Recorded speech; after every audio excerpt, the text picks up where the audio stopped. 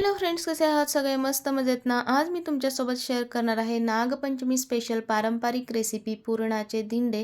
तर बघा, पातळ आवरणाचे मऊसूद असे हे पुरणाचे दिंडे बनवण्यासाठी 1 वाटी चणा डाळ मी रात्रभर पाण्यामध्ये भिजवून घेतलेली आहे आणि ती आता त्यातलं पाणी काढून कुकरमध्ये टाकलेली आहे. त्यामध्ये 3 पट पाणी, तिप्पट पाणी घालून साधारणतः जितकी डाळ आहे त्याच्यापेक्षा दुप्पट तिप्पट पाणी तुम्ही घालू शकता आणि त्यामध्ये थोडंसं चवीनुसार मीठ आणि 2 चमचे तेल टाकून शिजायला ठेवलेली आहे. तोपर्यंत डाळ शिजेपर्यंत आपण इथे कणिक मळून घ्यायची आहे. त्यासाठी इथे मी 2 वाट्या इतकं पीठ घेतलेलं आहे गव्हाचं. ह्याच्यामध्ये तुम्हाला हवा असेल तर मैदा ॲड करू शकता 1-2 चमचे. तर मी इथे मैदा नाही घातलेला. चवीनुसार मीठ घालायचं आहे, चिमूटभर हळद टाकायची आहे आणि इथे 2 चमचे तेल मी घेतलेलं आहे आणि हे तेल त्यामध्ये टाकायचे आहे. हळदीमुळे कलर खूप छान येतो वरच्या जे दिंडेचं आवरण असतं त्याला, आणि तेलामुळे त्याला एक मऊपणा येतो कणकेला आणि शिवाय एक चमक येते त्या दिंड्यांवरती. तर त्यासाठी मी तेल घातलेलं आहे. बघू शकता इथे सगळं छान एकत्र करून थोडं थोडं पाणी घालून मऊसूद असा गोळा बनवून घ्यायचा आहे. इथे माझी कणिक मळून तयार झालेली आहे. वरून थोडंसं तेल लावून झाकून ठेवते. पुरण तयार होईपर्यंत कणिकही छान मुरली जाईल.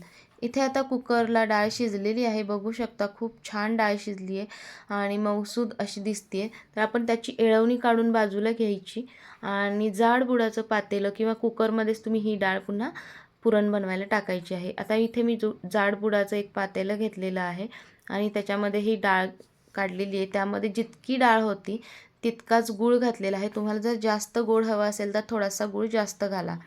तर बघा इथे डाळ आणि गूळ एकत्र शिजतंय तर ते पातळ व्हायला लागलेलं आहे पुरण. जसं जसं ते जास्त शिजेल, एकजीव होईल, तसं तसं ते नंतर पुन्हा घट्ट होणार आहे. इथे डाळ खूपच छान शिजली आहे, त्यामुळं कदाचित जास्त वाटायला लागणार नाही आहे. बघू शकता पुरण शिजलं आहे का, तयार झालं आहे का, कसं कळणार आहे? तर पुरण एका जागी गोळा करून बघायचं. ते जर पडत असेल किंवा त्याच्यामध्ये एखादा चमचा उभा करून बघायचा. जर ते चमचा पडत असेल तर हे पुरण अजून शिजवण्याची गरज आहे असं समजून जायचं. तर बघा इथे पुरण शिजलेलं आहे, घट्टसर झालेलं आहे. तर आता 1-2 मिनटंच राहिलेत शिजायला त्याला पूर्ण घट्ट व्हायला. त्यावेळी आपण इथे वेलची पूड, थोडीशी सुंठ पूड, जायफळ आणि बडीशेपची पूड घालून घ्यायची आहे. पुन्हा थोडंसं एखादा दुसरा मिनिट गरम करून घ्यायचं. पुरण घट्ट झालं की मग एका चाळणीमध्ये काढायचं. पुरणाच्या चाळणीमध्ये काढा किंवा मिक्सरला बारीक करू शकता. आता बघा याला जास्त वाटायला लागणार नाही, मी वाटून घेते. हे पुरण वाटण्यासाठी जे मी हातामध्ये वापरते स्मॅशर, तर ते माझ्या सासूबाईंनी पंढरपूरहून आणलं होतं. तर म्हणलं चला आज पहिल्यांदाच गोडाचा पदार्थ बनवते तर हे वापरावं. आणि सगळ्यात जास्त गोड म्हणजे की माझ्या बाळाने इथे पुरण वाटायला मला हेल्प केलेली आहे. छोटासा हात तुम्हाला दिसत असेल. तर बघा इथे पुरण तयार झालेलं आहे आणि इथे छान असा कणिकही मऊ झालेली आहे. बघू शकता किती छान असे शायनी शायनी दिसते आहे कणिक. कणकेचे असे छोटे छोटे गोळे बनवून घ्या सगळे आणि मग आता आपण याचे दिंडे बनवणार आहोत. तर बघ इथे गोळे बनवून तयार आहेत. त्यातला एक गोळा घ्यायचा, थोडंसं तेल लावा किंवा नाही लावलं तरी चालेल. पीठ लावू नका, पिठाने थोडंसं वातळ होऊ शकतात दिंडे. त्यासाठी इथे मी तेल लावलेलं आहे, थोडंसंच तेल लावलेलं आहे. तेल लावून असं छान पातळ लाटून घेतलेले आहेत. इथे बघा जास्त जाडही ठेवायचं नाही आहे. याचं जे पान आहे ते जास्त जाड ठेवायचं नाही. इथे बघू शकता किती पातळ मी लाटलेलं आहे आणि अशा पद्धतीने हे लाटून घ्यायचं आहे. जितका तो कणकेचा गोळा होता तितकाच किंवा त्यापेक्षा थोडासा जास्त असं तुम्ही पुरण घेतलं तरी चालेल. मी इथे थोडंसं जास्त घेतलं आहे गोळ्यापेक्षा आणि असं छान आयताकृती त्याला शेप द्यायचा आहे त्या पारीवरती ठेवून. आणि आता चारी बाजूनी छान एकसारखं फोल्ड करून हे चिकटवून घ्यायचं चारी बाजूनी.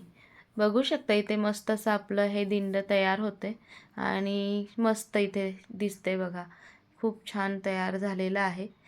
अशाच पद्धतीने मी सगळे दिंडे बनवून घेते. बघा इथे आता दिंडे उकडण्यासाठी मी एका चाळणीला छान असं तेल किंवा तूप लावून घ्या. तुमच्याकडे केळीचं पान किंवा हळदीचं पान असेल तर ते सुद्धा ह्याच्यावरती ठेवलं तरी चालेल, जेणेकरून त्यावरती उकडलं तर छानच होईल. तर बघा इथे सगळे दिंडे मी चाळणीमध्ये ठेवून घेते एकसारखे. बघा आता कढईमध्ये मी पाणी आधीच उकळायला ठेवलं होतं आणि आता त्यावरती चाळण ठेवून झाकण ठेवणार आहे. एक 10 ते 12 मिनिटापर्यंत हे दिंडे उकडून तयार झालेले आहेत आणि इथे बघू शकता खूप छान कलरही आलेला आहे हळदीमुळे आणि छान असे चमकदार पण दिसत आहेत. बघा मस्त अशी दिंडे तयार आहेत. अतिशय जुनी रेसिपी आहे. काही ठिकाणी ना पुरण न वाटता ह्याचे कडबोळे किंवा कानवलेसुद्धा बनवले जातात उकडून. तर अशा बऱ्याच पारंपरिक रेसिपीज बनवल्या जातात. तर त्यातली ही एक आहे. ही तुपासोबत दुधासोबत खूप छान लागतात दिंडे आणि लहान मुलांना विशेषतः खूप आवडतात. आमच्या बाळाला तर खूप आवडलं ते पॉकेटच म्हणत होता, खाऊला मला पॉकेट पाहिजे.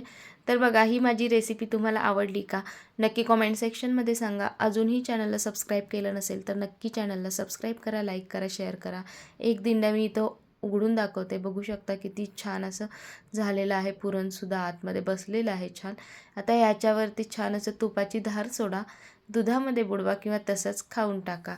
चला तर मग भेटूया पुन्हा नवीन रेसिपीसोबत. तोपर्यंत बाय बाय.